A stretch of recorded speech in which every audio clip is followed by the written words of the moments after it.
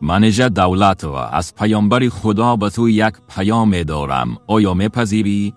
آیا قبول داری که پیامبر خدا درود خداوند بر عباد زنان را که لباسهای تنگ و نیم برهنه می پوشند زنان دوزخی گفته است و حتی بوی جنت هم در مشامشان نمی رسد؟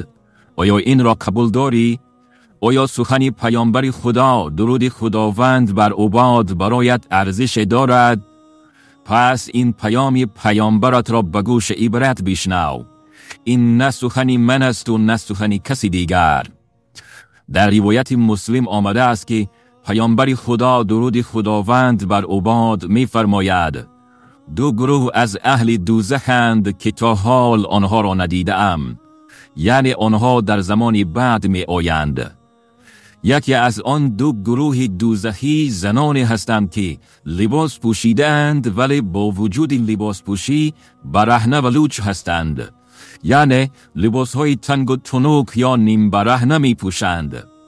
سرهایشان به مثل کوهان شتر بلند است، یعنی مویهایشان را از پشت سر بلند کرده می گذارند. آنها داخل جنت نمی شوند و حتی بوی جنت هم در مشامشان نمی رسد. خانم منیژه، یک بسر و لباست نگاه کن. این صفتهای زنان دوزخی 100% در تو دیده می شود.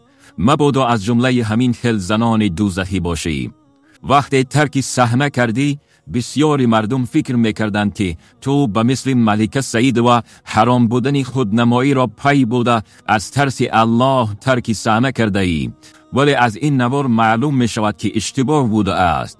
قسم به ذات الله که از دید مردم پنهان بودنت 1000 بار بهتر از آن است که با چنین سر و لباس به صحنه برایی و خود را از جمله زنان دوزخی بسازی.